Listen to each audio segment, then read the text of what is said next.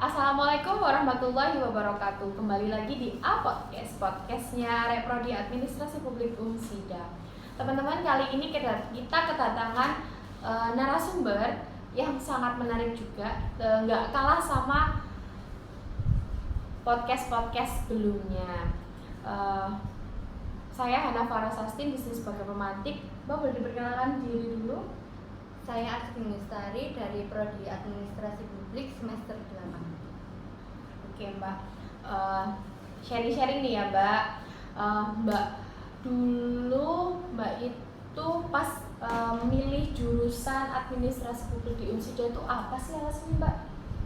Pertama kali kepikiran mau ambil jurusan administrasi publik itu tentunya itu ya Mbak ya, mengarah untuk ke pekerjaan. Kukira ya itu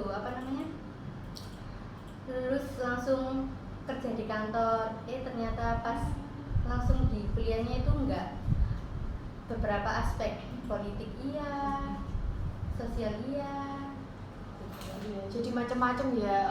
Soalnya bayangan awal ketika Mbak Asri ini milih administrasi publik itu bayangannya, oh aku nanti lulus kerja di kantor gitu ya. Bayangannya pekerjaannya hanya di kantor saja. Pas ketika Mbak Asri ini sudah masuk beberapa semester di AP, jadi lebih paham ya kalau di AP itu banyak banget yang didapat ya, dari segi politik iya, dari segi administrasi juga iya, terus dari segi pelayanan juga iya. Jadi Mbak Asri baru sadarnya ketika masuk ya, nggak sesuai bayangan ya Mbak ya.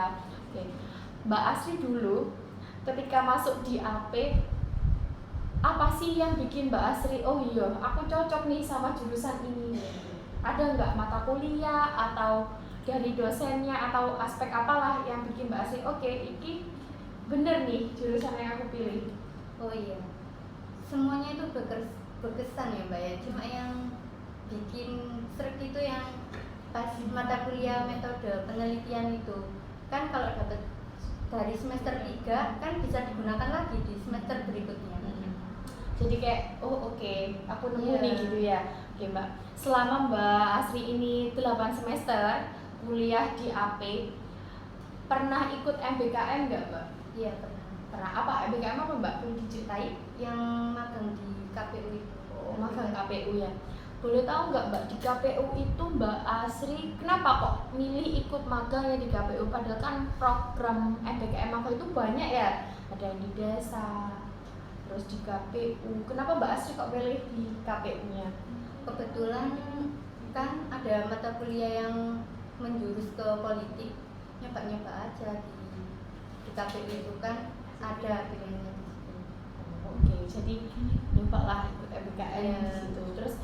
Terus gimana? Selama Mbak Asri ini magang selama 1 semester di sana, apa sih yang Mbak Asri rasain? Tentunya banyak sekali ya Mbak ya. Kan di KPU itu banyak tahapan ya Mbak ya, dari mulai perfak, permin, anggota parpol gitu ya Mbak ya. Kebetulan pas saya magang di KPU itu kebetulan pas ada tahap perfak sama permin. Bagian saya itu perfak. Jadi kita mendatangi rumah-rumah warga yang namanya itu tercantum terdaftar sudah di KPU. Jadi kayak nyari satu persatu rumah gitu ya Mbak ya. Verifikasi apakah betul Bapak ini ikut partai ini atau enggak gitu. Oke, jadi di KPU ini banyak banget pasar kegiatannya ya pas Mbak magang di sana. Terus ada lagi nggak Mbak yang sangat membekas menurut Mbak ketika Mbak Asri ini magang? Banyak. Yang terutama yang membekas itu kan kita mahasiswa, apalagi saya belum pernah kerja sama sekali. Pas magang kan terjun ke lapangan. Pas terjun ke lapangan itu kaget menghadapi masyarakat yang kayak gitu ya. Kita mendatangi rumah, banyak banget ya Mbak ya, macam-macamnya. Ada yang welcome, ada yang banyak penolakan, rata-rata banyak penolakan karena tidak merasa dirinya itu ikut partai dalam KPU. Ternyata namanya didaftarkan tanpa sepengetahuan orangnya langsung. Oke. Jadi ketika kegiatan verfak ya katanya Mbak ya, itu memastikan bahwa ibu atau bapak A dan B ini ikut nggak kayak gitu.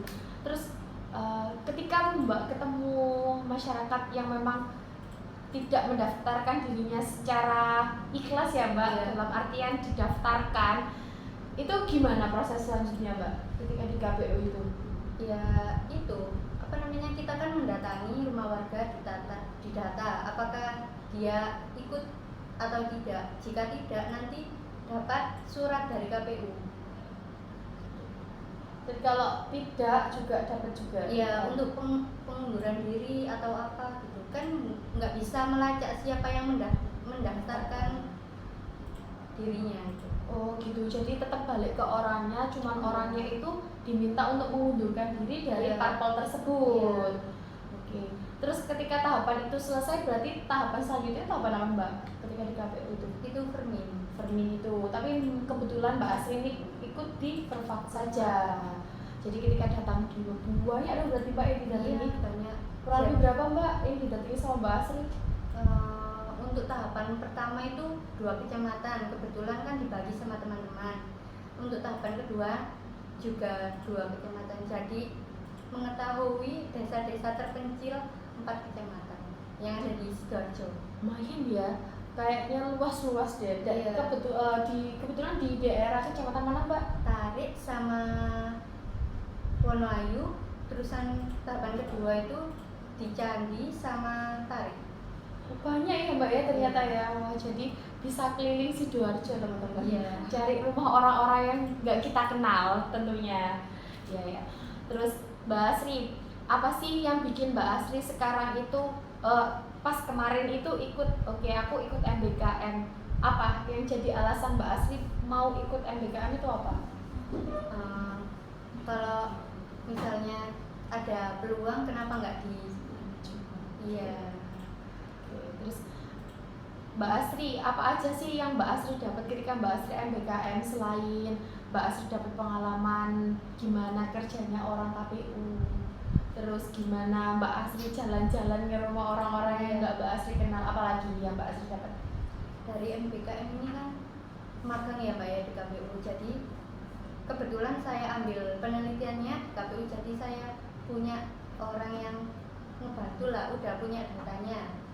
Jadi Mbak Asri juga sudah bisa mengambil data, mengambil data yang diperlukan sama Mbak Asri ketika Mbak Asri mau nulis jurnal, gitu ya. Oke. Banyak banget nih teman-teman sharing dari Mbak Asri buat teman-teman. Mbak Asri boleh ngasih pesan sama kesannya nggak selama kuliah di Prodi Administrasi Publik? Pesannya masuk aja di AP. Sih gitu ya. Pasti lulus, pasti kompeten teman-teman. Oke, sampai sini dulu podcast kali ini. Jangan lupa like, comment, and subscribe. Wassalamualaikum warahmatullahi wabarakatuh.